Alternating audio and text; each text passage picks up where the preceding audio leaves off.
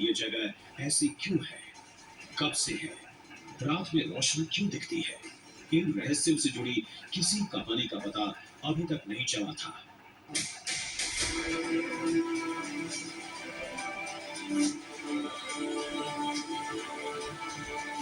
ये सब सोचते समझते जैसे ही हम मूनलैंड के पीछे वाले हिस्से में पहुंचे,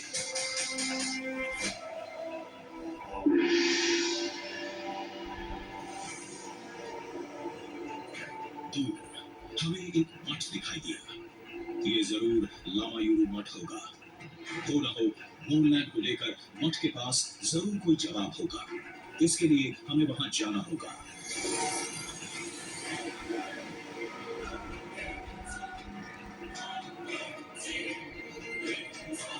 लेकिन जाने से पहले एक काम करना था। उस जगह की पहचान करनी थी जहां से रात में मूनलैंड की वो दिव्य रोशनी दिखती है।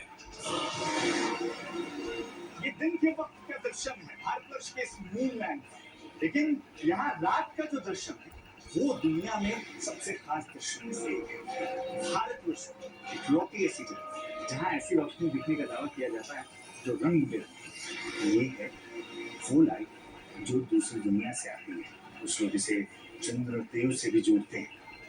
अब उसके लिए हमें उन जगहों को यहाँ पॉइंट आउट करना होगा जहाँ से हम सीधे आसमान की ओर देख सकते हैं, जो आसान हो। रात के वक्त यहाँ टेम्परेचर भी गिर जाएगा, तो यहाँ बैठना, यहाँ टिकना बहुत मुश्किल हो जाएगा।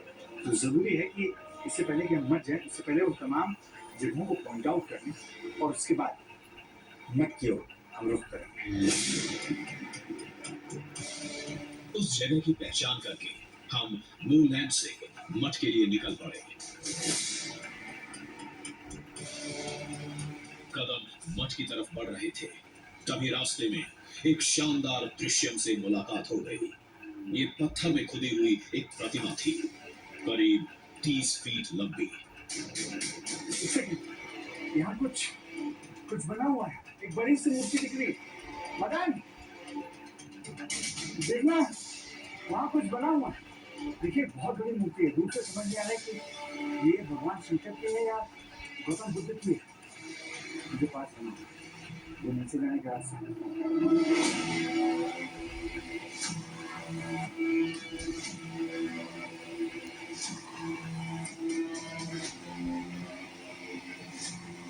नीचे पहुंचकर हमने गौर से देखा, ये भगवान बुद्ध की मूर्ति थी।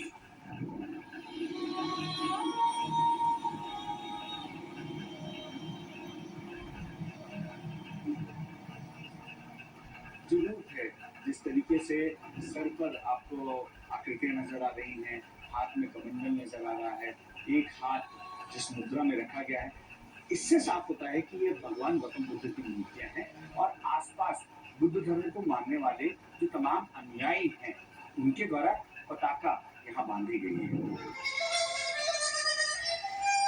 मूर्ति को छोड़ हम आगे बढ़े। कुछ देर बाद हम लामायूरू मठ पहुंच गए।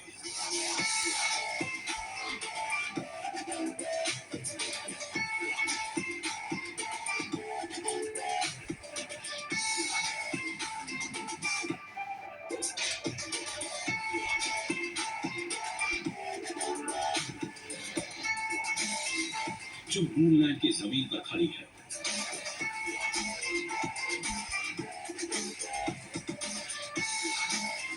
मठ की हर खिड़की से उसका हर कोना दिखता है।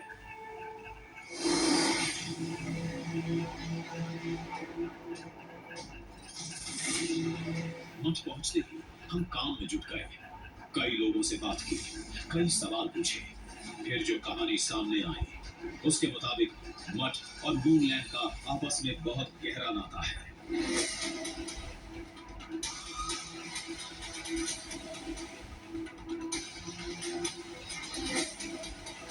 और वो भी 100-200 साल का नहीं, 4000 साल पुराना। पहले ज़माने में देवी लामायूरू में ये मिलिट्री नहीं था, गाँव नहीं था। उस टाइम पे ये एरिया में झील था। उस टाइम एक पंडित जी आया, उसका नाम है राजम्बा कोंगानी माता बोलते, पंडित जी का नाम है।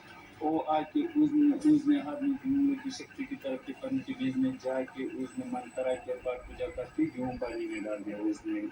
फिर पानी के बीज में से कोई गेहूं को स्वस्तिक होता ना, स्वस्तिक के रूप में निकल के आया है।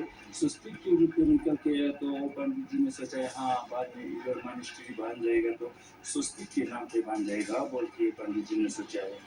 इसके बाद ये धीरे धीरे पानी सूखते सूखते किया तो अंदर ये मॉनेस्ट्री के मेन टेम्पल के अंदर एक गुफा है वो निकल के आया पानी की परिधि के नीचे से वो मूनलैंड निकल के आया है।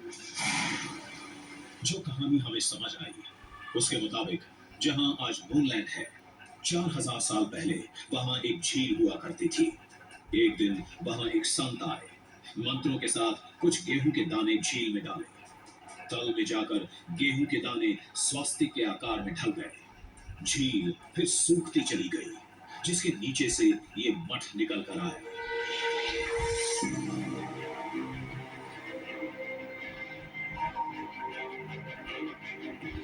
कुछ लोगों को ये पौराणिक कथा लग सकती है, लेकिन ये मठ पूरी दुनिया में युंगतुंग के नाम से मशहूर है, जिसका मतलब है स्वास्तिक का निशान।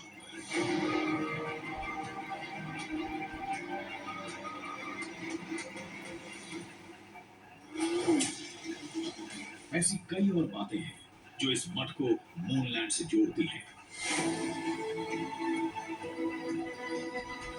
जैसे मूनलैंड की ये मिट्टी जिसकी पूजा होती है, और रात के वक्त मूनलैंड में दिखने वाली वो रोशनी जिसे मठ के लोगों ने सबसे पहले देखा था। जब आप यहाँ से नजर डालेंगे तो यहाँ से ठीक सामने पूरा मूनलैंड आपको नजर आएगा। ऐसा लगेगा कि चांद की भूमि है और आप उसे अपनी छत पर खड़े होकर निहार रहे हैं। देखिए वहां से मूनलैंड का हिस्सा शुरू हो रहा है और वो हिस्सा है जहाँ बताया जाता है कि रात के वक्त वो दिव्य रोशनी देखने को मिलती है जो इस लोक से नहीं बल्कि दूसरी दुनिया की है, दूसरे लोक की है। और सबसे पहले मॉनेस्ट्री के लोगों ने उस रोशनी को देखने का दावा किया था, जिसके बाद तमाम अनुसंधान की टीम यहाँ पहुंची और वो भी उस दृश्य को देखकर चौंक उठी थी। मूनलैंड से रोशनी रात में कब दिखती है, कितनी बार दिखती है, कुछ भी तय नहीं है। क्यों दिखती है, इसको लेकर मठ के लोग यही मानते हैं कि ये कुछ और नहीं, उसी संत का चमत्कार है।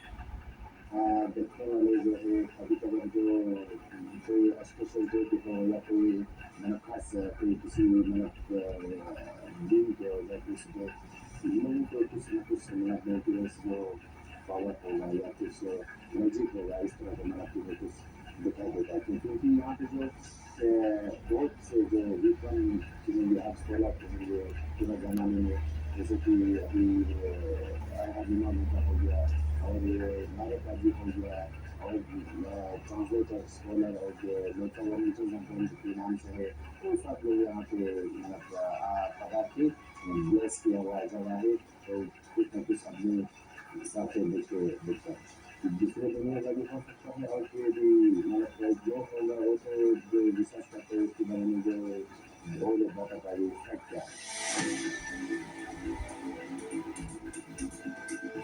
हमें ये सब एक भ्रम लग रहा था, लेकिन मठ के लोगों ने बताया जिस घटना पर पूरी दुनिया के वैज्ञानिक रिसर्च कर रहे हैं वो भ्रम तो नहीं हो सकता।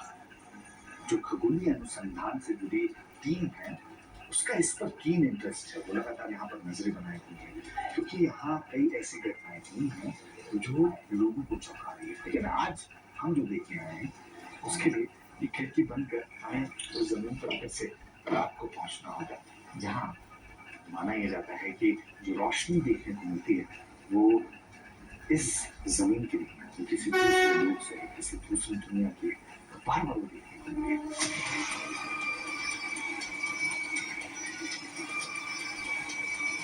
रात में मूनलैंड जंग खतरे से खाली नहीं, लेकिन रोशनी की पहेली सुलझाने के लिए इसके अलावा कोई चारा नहीं था।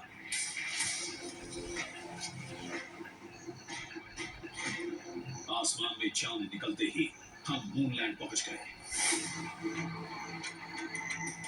चांदनी रात में यहाँ का दृश्यम लाजवाब था।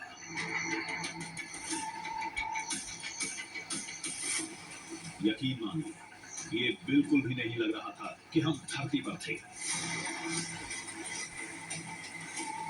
ऐसा लग रहा था मानो हम चांद की सैर पर थे। दिन के मुकाबले रात का माहौल बिल्कुल अलबेला था। लेकिन मानिए दिन से रात में काफी हद तक चीजें बदल गई हैं। सबसे पहली चीज जो बदल गई है वो तापमान है। अब मुझे ग्लव्स पहनना पड़ रहा है, मुझे खुद को अच्छे से पैक करना पड़ रहा है क्योंकि तापमान माइनस में पहुंच चुका है।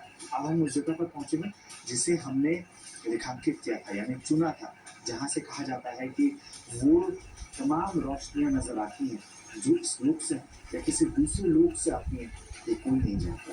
लेकिन लोगों की मान्यता ये है कि वो किसी दूसरी दुनिया की रोशनी है जिसे यहाँ खड़े होकर देखा जा सकता है।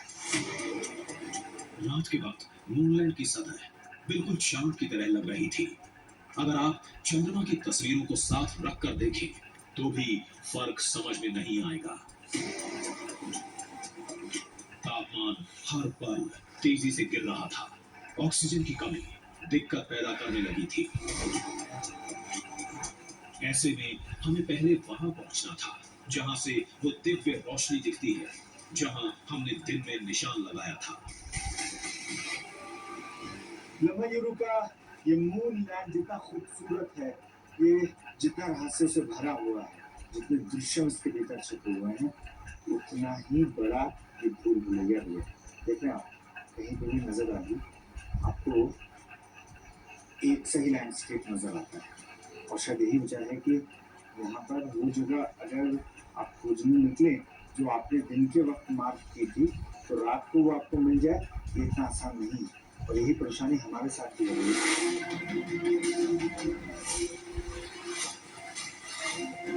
अंधेरे की वजह से वो निशान नहीं मिल रहा था, लेकिन हमने कोशिश जारी रखी। फिर किसी तरह वहां तक पहुंचने में कामयाब रहे।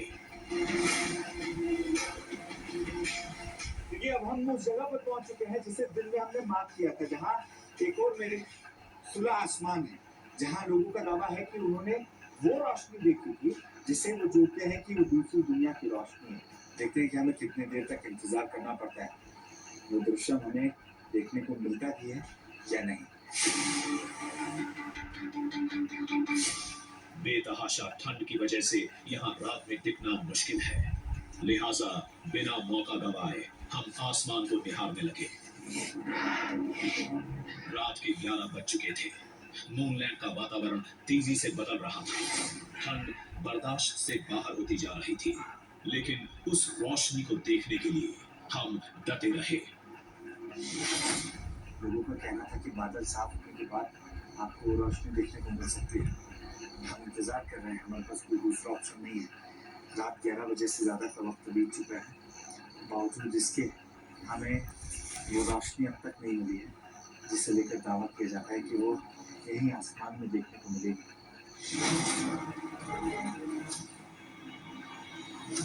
कुछ तो दिखता होगा यहाँ पर, भ्रम का तो सवाल ही नहीं पैदा होता, क्योंकि अब वैज्ञानिक भी मूनलैंड और उस रोशनी पर रिसर्च कर रहे हैं।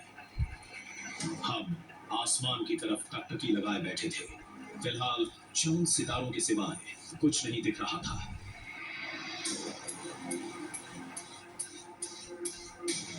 तभी आकाश में एक हलचल हुई।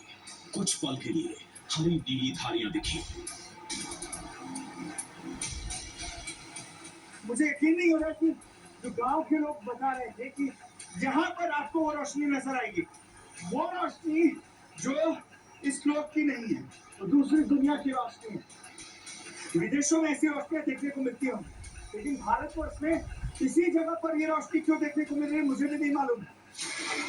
हमारी निगाह एक बार फिर आसमान में टंगी थी, शायद दोबारा कुछ दिखे।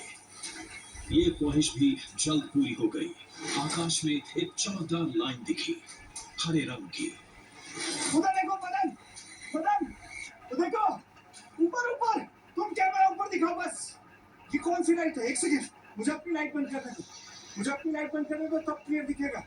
ऊपर देखो, वहां देखो, दिख रहा है? कोई लाइट हरी है, कोई नीली नजर आ रही है, रंग बिरंगी लाइट।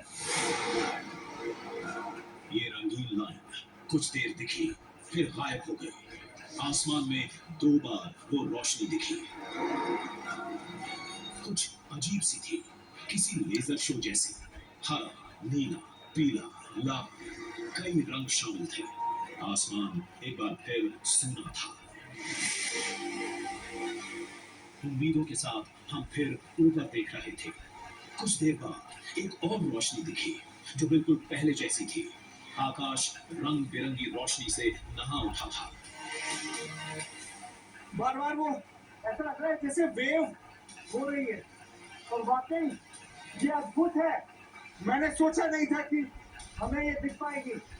आह, तू मदन कैमरा में आया ना? मदन कैमरा में आया है ना? मूनलैंड की हर हलचल कैमरे में कैद थी। ये एक अद्भुत नजारा था, लेकिन ये था क्या? दूसरे लोग की रोशनी जैसा लोग दावा करते हैं, या कुछ और? सुबह होते ही हमने मूनलैंड छोड़ दिया और निकल पड़े अपने सवालों के जवाब तलाशने। दिमाग में 2 ही बातें घूम रही थी। पहला मूनलैंड और दूसरा वो रोशनी। हम एक ऐसे शख्स के पास जा रहे थे जो हर आसमानी घटना की पहेली को जानता है, समझता है। मिलते ही हमने उन लाइट्स के बारे में पूछा। उन्होंने देखा, समझा, थोड़ा गौर किया, फिर निश्चिंत होकर कहा, ये दैवीय रोशनी नहीं, ऑरोरा बोरियालिस यानी नॉर्दर्न लाइट्स है। नॉर्दर्न लाइट्स तब कहते थे क्योंकि ये आर्कटिक ओशन जो है, जो हमारा उत्तरी ध्रुव है, उसके आसपास के जितने भी देश हैं, जैसे Alaska, Canada, Iceland, Finland, Sweden, Siberia, उस इलाके में ये फिनोमेना देखा जाता था। तो और इसमें क्या होता था कि बहुत डार्क स्काइज में, नाइट्स में रंग बिरंगी रोशनियां, जैसे कर्टन्स जैसे डार्सलिंग दिखती थी, तो उन्हें नॉर्दर्न लाइट्स बोला। नॉर्दर्न लाइट्स एक कुदरती घटना है। ये आसमान में उस समय नजर आती है जब सूर्य से निकली इलेक्ट्रोमैग्नेटिक वेव्स पृथ्वी के वायुमंडल में मौजूद ऑक्सीजन और नाइट्रोजन जैसी गैसों के कणों से टकराती हैं। ये रोशनी ज्यादातर पृथ्वी के उत्तरी, दक्षिणी ध्रुव या उनके करीबी देश नॉर्वे, स्वीडन, फिनलैंड और आइसलैंड में देखी जाती है। भारत में इसका दिखना दुर्लभ माना जाता है, लेकिन जब ये दिखती है तो इससे अनजान लोग इसे दैवीय या दूसरी दुनिया की रोशनी मान लेते हैं। नॉर्दर्न लाइट्स बस वही होता है क्योंकि वायुमंडल में गैस बहुत कम हो जाती है, वो ऊपर की तरफ होते हैं, और जब सूरज की रोशनी आती है उसमें जो चार्ज्ड पार्टिकल होते हैं जिसको आवेशित कण कहते हैं, तो जैसे वो अंदर आते हैं एटमॉस्फेयर में तो वो रिएक्शन करने लगते हैं नाइट्रोजन से, ऑक्सीजन से, और फिर ग्लो करने लगते हैं। तो ये लाइट्स ये एक जगह नहीं होता ये रिएक्शन, बिलियंस अरबों सेल्स में ऐसा रिएक्शन होता है। तो वो नॉर्दर्न लाइट्स, तो वो फिनोमेना को लोग नॉर्दर्न लाइट्स कहते हैं। वो बिल्कुल हमें अरोरा इसको कहते हैं, अरोरा बोरियालिस या अरोरा पोलारिस। और सच में लगता है कि देवी कोई शक्ति या लाइट हमारी पृथ्वी की ओर आ रही है। जब ये दुर्लभ खगोलीय घटना मूनलैंड जैसे रहस्यमय इलाके में होती है, तब लोगों के लिए ये किसी चमत्कार से कम नहीं होता। जहाँ तक बात मूनलैंड की है, तो इसको लेकर वैज्ञानिकों की राय भी पौराणिक कथा पर मुहर लगाती है। साइंटिस्ट भी मानते हैं कि जहाँ मूनलैंड है, वहाँ कभी एक बड़ी झील हुआ करती थी। तो बेसिकली जो लामायूरू का जो लैंडस्केप है, ये एक पेलियो लेक है, एक पुरानी झील है जिसका पानी अब तो सब चला गया, पर केवल सेडिमेंट हमें जो दिखता है चारों ओर वो दिखता है, और उसके और जो वहाँ के पत्थर है, हिमालय के जो पत्थर है वहाँ पे, उसके कंट्रास्ट से जो कलर्स आते हैं तो हमें बिल्कुल चांद की याद दिलाते हैं, इसलिए उसको मूनलैंड।